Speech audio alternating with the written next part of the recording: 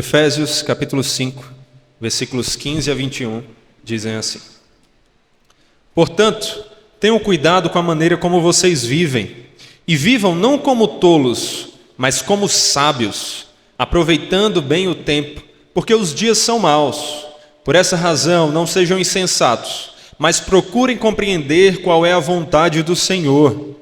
E não se embriaguem com vinho, pois isso leva à devassidão, mas deixem-se encher do Espírito, falando entre vocês com salmos, hinos e cânticos espirituais, cantando e louvando com o coração ao Senhor, dando sempre graças por tudo ao nosso Deus e Pai, em nome de nosso Senhor Jesus Cristo.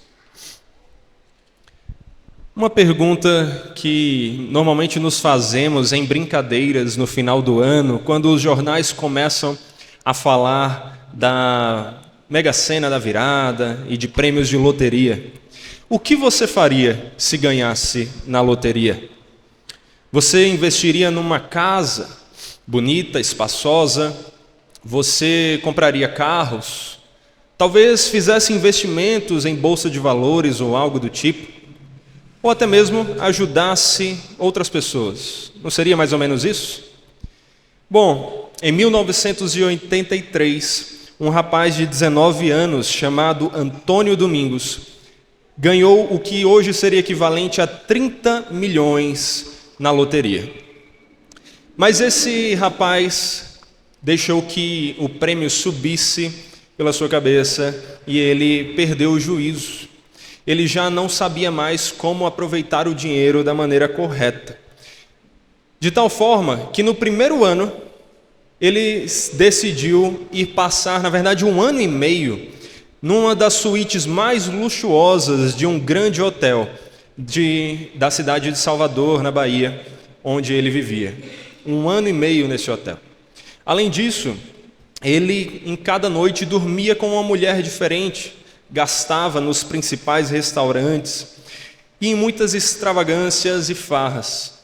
E como em muitas histórias de milionários que perderam todo o seu dinheiro, ele achava que o dinheiro nunca acabaria. Esse rapaz, um dia, foi comemorar um aniversário em um dos restaurantes mais caros também de Salvador.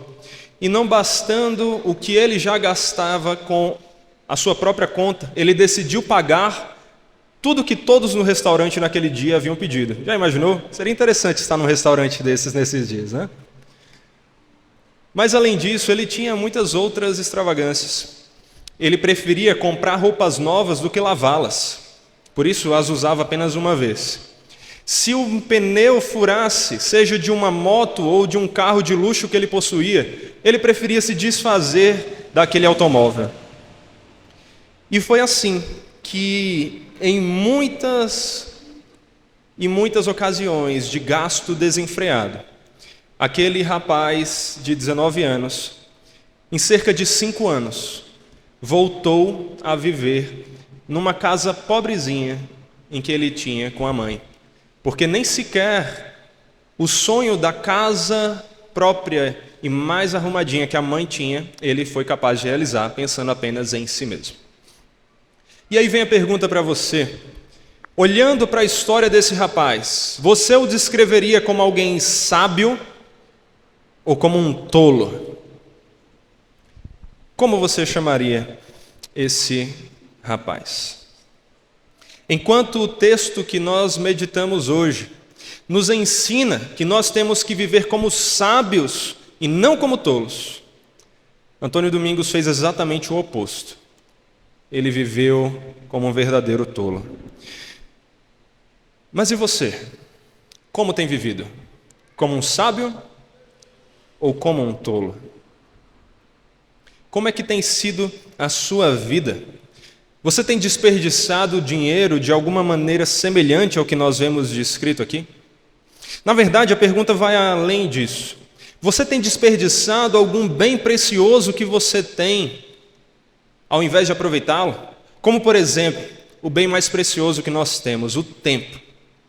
Como tem sido a sua administração do tempo? Você tem usado o tempo como um sábio ou como um tolo. Donald Whitney argumenta: se as pessoas jogassem fora seu dinheiro tão impiedosamente como jogam fora o seu tempo, nós as consideraríamos loucas. No entanto, o tempo é infinitamente mais precioso do que o dinheiro, porque o dinheiro não compra o tempo. Talvez você tenha olhado para a história de Antônio Domingos e pensado: que rapaz tolo, que rapaz louco, gastou todo o dinheiro que possuía, eu jamais faria isso. Mas e quando você olha para a riqueza mais importante que você tem, o seu tempo? Se seu tempo fosse na verdade dinheiro, e as pessoas olhassem para a sua vida, você olhasse para a sua vida, será que você não se veria torrando esse recurso tão impiedosamente, loucamente, tolamente, como o Antônio gastou toda a sua fortuna?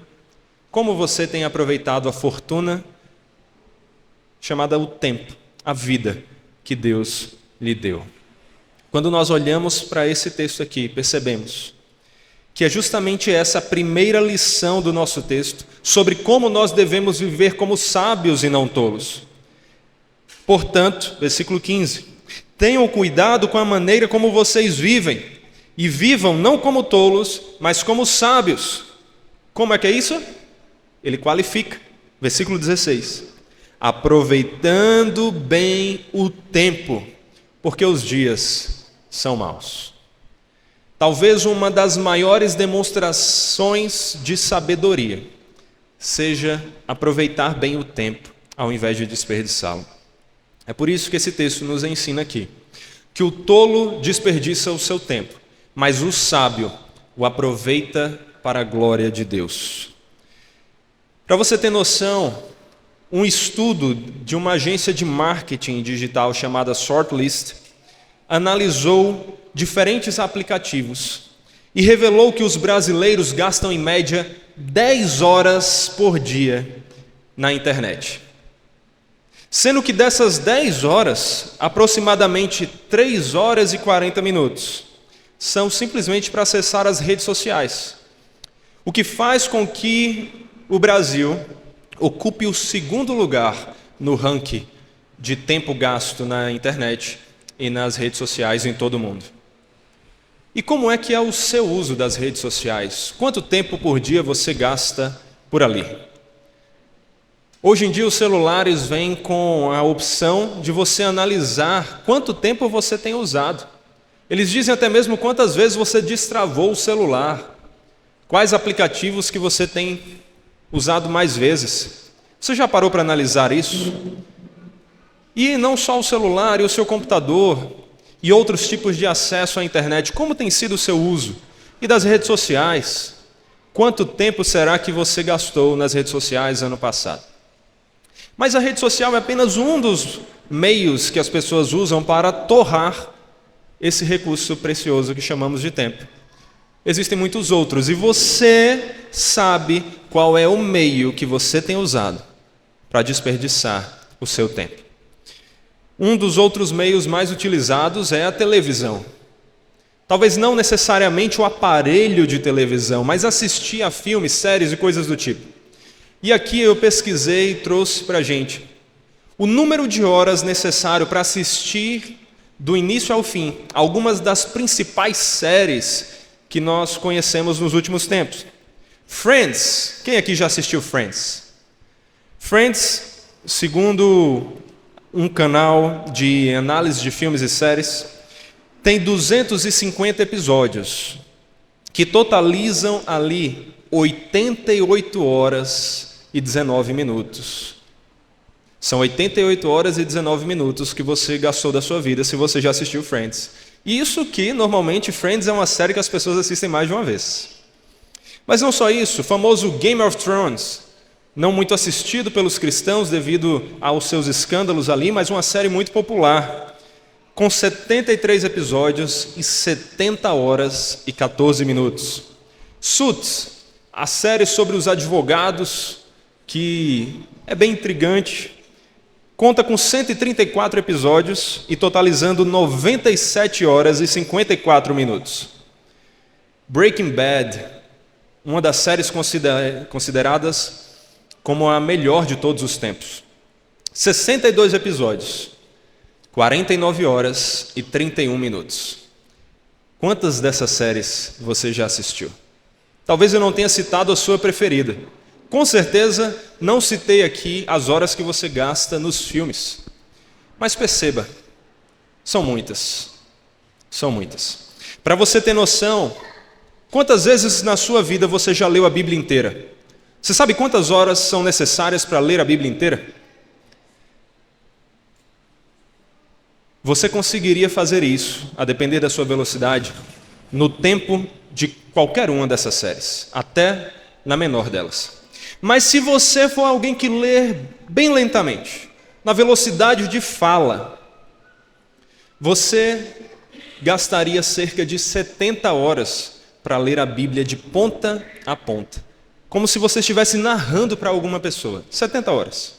Ou seja, a maior parte dessas séries tem mais tempo do que isso. Mas você ainda abre a boca para dizer: eu não tenho tempo para ler a Bíblia, eu nunca li porque não tive tempo. Você tem agido como um sábio ou como um tolo? Como você tem administrado o recurso mais precioso que você possui? Eu citei apenas 2 formas de lazer que tomam nosso tempo, mas nós poderíamos pensar em várias outras. Videogame, esportes, conversas que não acrescentam e tantas outras coisas. Até mesmo trabalho desenfreado que nos tira o tempo de estarmos com o Senhor. Porque se eu conversar com a maior parte de vocês, vai ser fácil ouvir: a vida está corrida. Está tudo bem, mas a vida está corrida. Não estou com muito tempo para ler a Bíblia esses dias. Será que o problema é falta de tempo? Ou é falta de sabedoria e de amor a Deus? Nós vivemos como preguiçosos. Vivemos nos dedicando muitas vezes aos lazeres ou atividades que são puramente fúteis ou mera distração. Aqui não estamos dizendo que assistir a uma série, a um filme, é necessariamente um mau aproveitamento do seu tempo. Não é isso. Mas se você gasta todo o seu tempo nessas coisas e gasta meros minutos com o Deus que criou você, será que você tem administrado corretamente o seu tempo? Seria como se comparássemos ao dinheiro. Você gastar 80%, 90% do seu orçamento com comida em restaurantes, presentes e coisas do tipo, sem se dedicar a investir no sustento da sua família, pagar as suas contas, o aluguel da sua casa, ou outras coisas que são necessárias para realmente lhe fazer viver bem e com saúde. Você percebe como a nossa sociedade, viciada em entretenimento como talvez nenhuma outra, tem desperdiçado um tempo, da mesma maneira que nós olharíamos para alguém desperdiçando dinheiro e o chamaríamos de louco? Como tem sido o seu aproveitamento do tempo? Provérbios 6, versículos 9 a 11 dizem assim: ó preguiçoso, até quando vai ficar deitado? Quando se levantará do seu sono? Um pouco de sono, um breve cochilo, braços cruzados para descansar, e a sua pobreza virá como um ladrão, e a miséria atacará como um homem armado. Como você tem vivido? Como um sábio ou como um tolo preguiçoso? Você provavelmente pensou na história de Antônio e disse: eu jamais faria isso. Se eu tivesse tanto dinheiro assim, rapaz, minha vida estava resolvida. Investiria, produziria mais. Mas você tem um recurso mais precioso. Você tem o tempo, onde é possível, por meio dele, inclusive, fazer dinheiro. Mas o contrário não é verdade. Não importa quanto dinheiro você tem, você não vai conseguir fazer tempo. Como você tem aproveitado o recurso mais precioso que Deus lhe dá? É por saber dessa tentação a desperdiçar o tempo, que eu oro ao Senhor e peço a Ele misericórdia e graça para me ajudar a aproveitar o tempo para a glória dEle, por saber das inclinações que, assim como vocês, eu tenho, assim como todos nós aqui possuem. Nós precisamos ser vigilantes, precisamos olhar para as Escrituras e atentarmos como viver como sábios. E a primeira lição que vemos aqui nesse texto é que o sábio aproveita bem o tempo, ao invés de desperdiçá-lo no mundo perdido e dominado pelas maldades. Como você tem vivido? Para a sua própria glória, negando a vontade de Deus e realizando a sua própria, ou da maneira que deveria ser, para a glória de Deus, negando-se a si mesmo, tomando sua cruz e seguindo ao Cristo que morreu naquela cruz, mas ressuscitou para nos dar vida eterna. O que nos leva então ao segundo ponto desse texto sobre como vivermos sabiamente, ao invés de uma forma tola. Esse texto nos ensina, meus irmãos, que o tolo faz a sua própria vontade, mas o sábio segue a vontade do Senhor. O tolo faz a sua própria vontade, mas o sábio faz a vontade do Senhor. E como? Olha aí para o texto, versículo 18. Em primeiro lugar, nós vemos que ele, na verdade, o versículo 17. Por esta razão, não sejam insensatos, mas procurem compreender qual é a vontade do Senhor. E não se embriaguem com vinho, pois isso leva à devassidão, mas deixem-se encher do Espírito. Ao invés de nos embriagarmos com vinho ou nos enchermos daquelas coisas que nos levam para longe dos caminhos de Deus, quando vivemos como sábios, nos enchemos do Espírito Santo de Deus, nos enchemos do próprio Senhor. É isso que o texto vai colocar em primeiro lugar. E como é que nós fazemos isso? Em Gálatas 5, nós vemos várias lições que Paulo nos dá a respeito dessa vida sábia que nos leva a estarmos cheios do Espírito do Senhor. Gálatas 5,16 diz assim: digo, porém, o seguinte: vivam no Espírito, e vocês jamais satisfarão os desejos da carne. E no versículo 19 até o versículo 25, nós vemos mais. Ora, as obras da carne são conhecidas e são imoralidade sexual, impureza, libertinagem, idolatria, feitiçarias, inimizades, rixas, ciúmes, iras, discórdias, divisões, facções, invejas, bebedeiras, orgias e coisas semelhantes a estas. Declaro a vocês, como antes já os preveni, que os que praticam tais coisas não herdarão o reino de Deus. Viver como um tolo é viver segundo as obras da carne. É nos deixarmos dominar por algo que não o Espírito de Deus. Mas os sábios são aqueles que fazem o que o restante do texto nos afirma. A partir do versículo 22. Mas o fruto do Espírito é amor, alegria, paz, longanimidade, benignidade, bondade, fidelidade, mansidão, domínio próprio. Contra estas coisas não há lei. E os que são de Cristo Jesus crucificaram a carne com as suas paixões e seus desejos. Se vivemos no Espírito, andemos também no Espírito. Você quer se encher do Espírito ao invés de se encher de vinho e de qualquer outra coisa que possa lhe levar para longe de Deus? Busque andar segundo o caráter cheio do Espírito, o caráter do nosso exemplo perfeito, Jesus Cristo. E busque se encher da palavra do Senhor, louvar a Ele e orar, porque é justamente isso que o texto vai continuar dizendo aqui. O versículo 19 traz mais uma informação sobre como deve ser uma vida sábia que prioriza a vontade do Senhor. Ele diz: falando entre vocês com salmos, hinos e cânticos espirituais. Aqui nós vemos a importância de falarmos da palavra, de nos enchermos da palavra e compartilhá-la.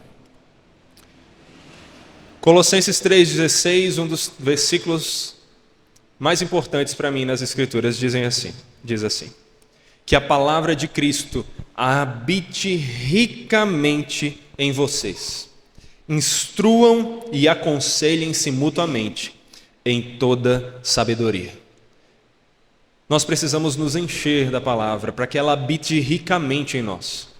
Nós precisamos conhecer a palavra e amá-la, como o salmista afirmou lá no Salmo 119, versículo 97. Quanto amo a tua lei, é a minha meditação todo dia. O quanto você tem meditado nas Escrituras diariamente? O quanto você tem meditado de maneira geral? Será que você tem vivido os seus dias como tolo que não para meditar na lei do Senhor, ou como um sábio que prioriza essa meditação e reflete sobre ela e vive de acordo com ela? Aqui nós vemos que nós precisamos conhecer a palavra, meditar nela, nos enchermos dela.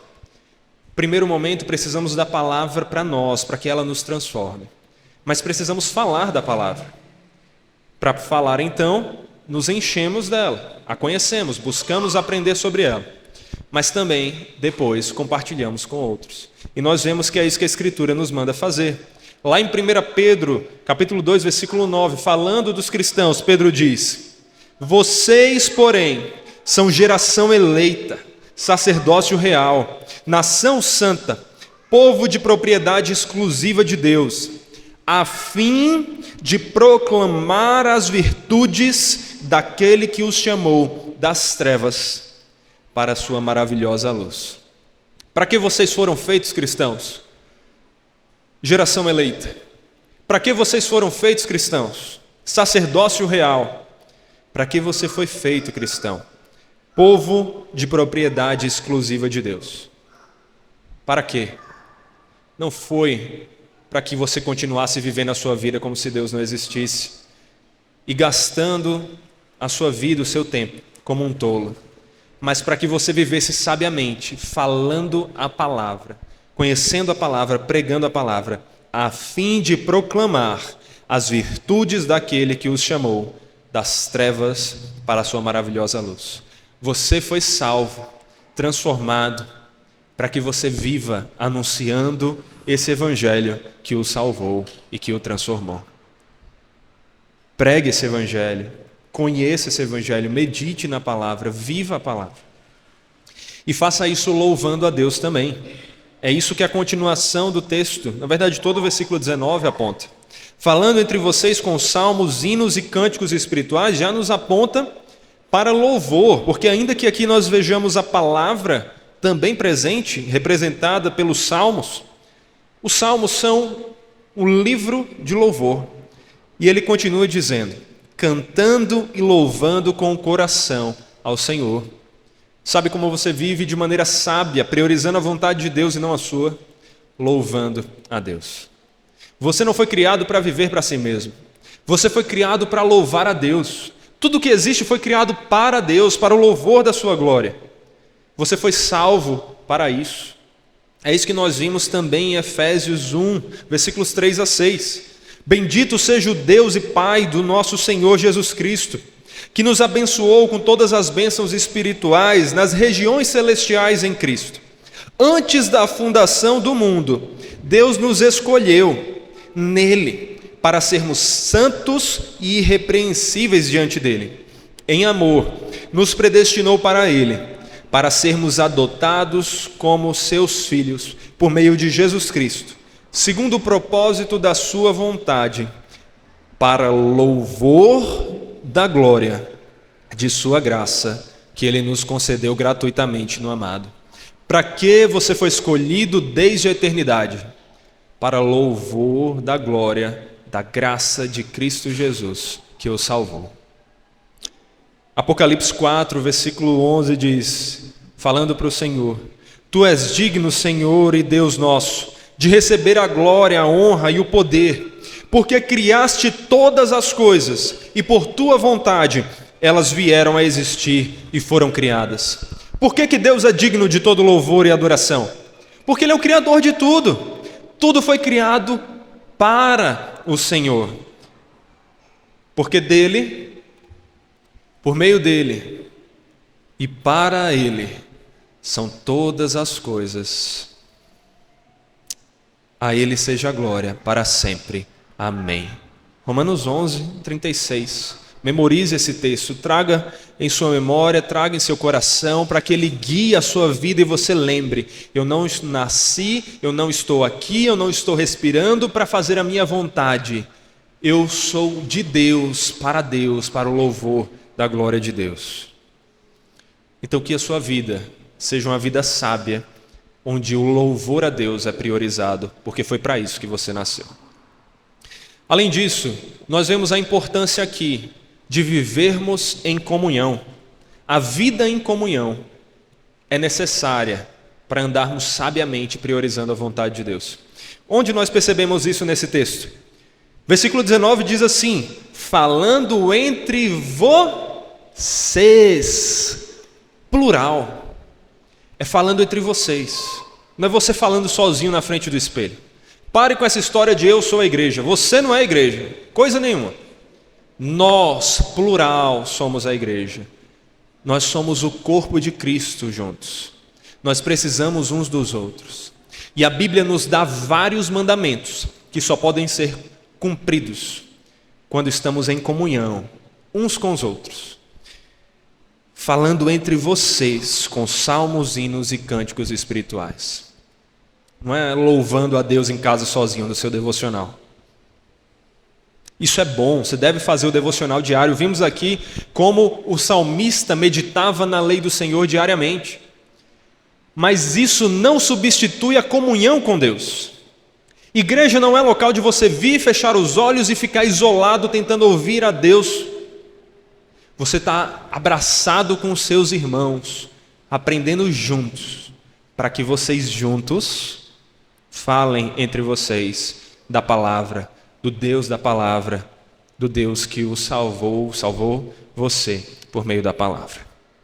Então, lembre-se da admoestação do autor aos Hebreus: não deixemos de nos congregar, como é costume de alguns. Pelo contrário, façamos admoestações, ainda mais agora que vocês veem que o dia se aproxima. As Escrituras nos mostram a importância do culto ao Senhor. Porque perceba, nós podemos ter comunhão fora da igreja, mas é na igreja que nós vamos viver de maneira mais plena a comunhão e o culto como irmãos juntos aqui. É aqui que nós vamos conseguir colocar melhor em prática o que o autor aos Hebreus está dizendo aqui: o se congregar, o estar juntos e fazer isso com o Senhor e para o Senhor. Então não seja alguém que falta demais aos cultos, alguém que falta ao culto por motivos tão pequenos que não faltaria jamais ao trabalho por eles. Quando você estiver organizando a sua vida, não pense assim: poxa, isso não vai dar para fazer de segunda a sexta, porque o meu trabalho é importante e eu não posso faltá-lo. Logo, vou ter que fazer no sábado e domingo.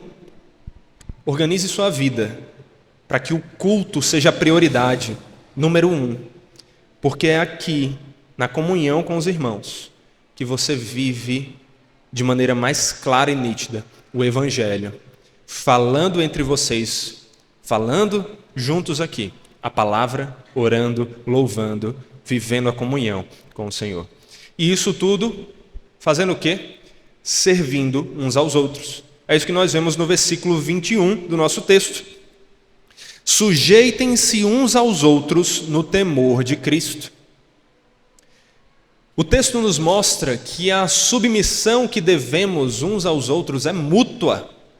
Depois ele vai inclusive especificar, nós já tivemos uma série em Efésios aqui e podemos perceber como essa mútua submissão, ela existe no casamento. É o primeiro exemplo mais claro que Paulo vai dar aqui, como o marido se submete à mulher e a mulher se submete ao marido, cada um em seus papéis. Na paternidade, como o pai e o filho se submetem um ao outro. Nos trabalhos e em tudo na vida cristã, somos chamados a nos submetermos uns aos outros.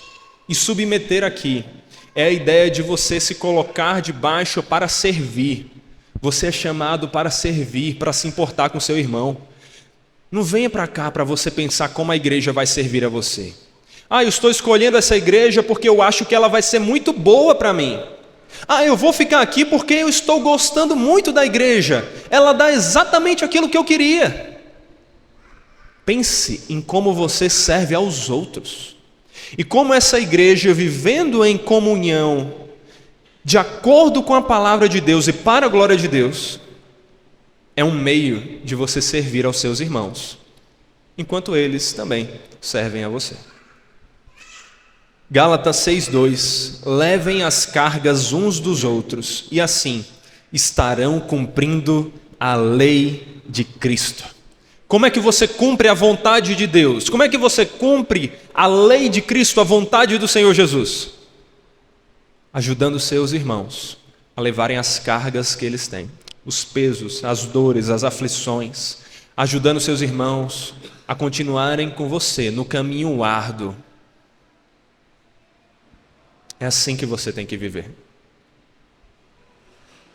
Esses dias eu estava falando com um membro aqui da igreja que gosta de pedalar, e eu também já pedalei quando eu era mais novo. E ele estava descrevendo como em uma oportunidade ele estava subindo uma ladeira muito íngreme. E nesses momentos, algumas pessoas começam a pedir arrego. Elas já começam ou a descer da bicicleta ou pedir ajuda. E como é que se ajuda nessas horas?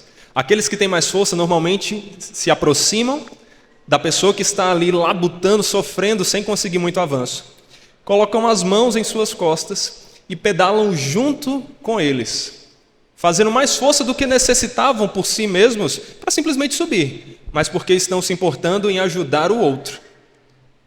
Semelhantemente, mas claro, de uma forma muito mais rica, assim a vida cristã. Vez após vez nos vemos em ladeiras íngremes, caminhos árduos na vida. E você não é chamado para ser o melhor e sair em disparada dizendo: Jesus, eu cheguei primeiro, enquanto você deixou para trás todos os seus irmãos. Não, você é chamado para colocar as mãos nas costas dos seus irmãos e ajudá-los a subir junto com você, rumo ao Senhor, enquanto é, na verdade, o próprio Cristo, o Santo Espírito, o nosso Deus, que está empurrando nossas costas, que está nos conduzindo, porque sem Ele não teríamos força, com certeza falharíamos. É por isso que Paulo diz, lá em Filipenses 2, versículos 1 a 4, portanto, se existe alguma exortação em Cristo, alguma consolação de amor, alguma comunhão do Espírito, se há profundo afeto e sentimento de compaixão, então completem a minha alegria, tendo o mesmo modo de pensar, tendo o mesmo amor e sendo unidos em alma e mente. Não façam nada por interesse pessoal ou por vaidade, mas por humildade, cada um considerando os outros superiores a si mesmo, não tendo em vista somente os seus próprios interesses, mas também os dos outros. Você não é para chegar aqui e se achar melhor do que a pessoa do seu lado. Você não é para chegar aqui e se achar melhor do que os outros. Você não é para chegar aqui e pensar que as pessoas dessa igreja devem servi-lo. Elas vão servir, porque é isso que uma igreja saudável faz. Mas não é isso que você tem que estar pensando. Você tem que estar pensando no interesse do seu irmão, priorizando ele e se preocupando em como você, se submetendo a ele, vai ajudá-lo nessa caminhada. É assim que nós servirmos uns aos outros, caminhando juntos, ajudando uns aos outros. É assim, meus irmãos, através de tudo isso que nós vimos aqui, que nós vivemos como sábios e não como tolos. Assim que nós vivemos aproveitando o tempo ao invés de desperdiçá-lo e fazendo a vontade do Senhor ao invés da nossa. Quando nós olhamos para um texto assim, é possível que lembremos de alguns exemplos. E um que disparadamente vem à minha mente é o de Jonathan Edwards. Alguém que no pequeno grupo dos homens tivemos a oportunidade de falar a respeito recentemente. E aprendermos com o seu exemplo. Edwards era um pecador, assim como eu e você. Mas era um pecador que, pela graça do Senhor, se dedicou e viveu uma vida que pode ser um exemplo para nós, para que nós o imitemos como ele buscava imitar a Cristo. Jonathan Edwards foi um cristão ali do século XVIII, mas ao mesmo tempo é um dos cristãos mais admiráveis da história, no que diz respeito a viver o que nós ouvimos aqui hoje, com dedicação total para a glória de Deus. Ele ficou conhecido também por escrever as suas famosas resoluções, metas para a vida. E em duas delas, nós vemos basicamente a lição do que nós percebemos nesse texto hoje. E por isso que eu quero destacá-las aqui para você. Ouça atentamente. Resolução número 1 diz assim: resolvi que farei tudo o que considerar ser o mais importante para a glória de Deus e para o meu próprio bem, ganho e prazer.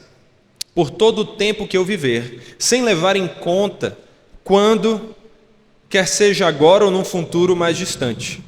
Resolvi fazer tudo o que eu pensar ser o meu dever, principalmente para o bem e proveito da humanidade em geral.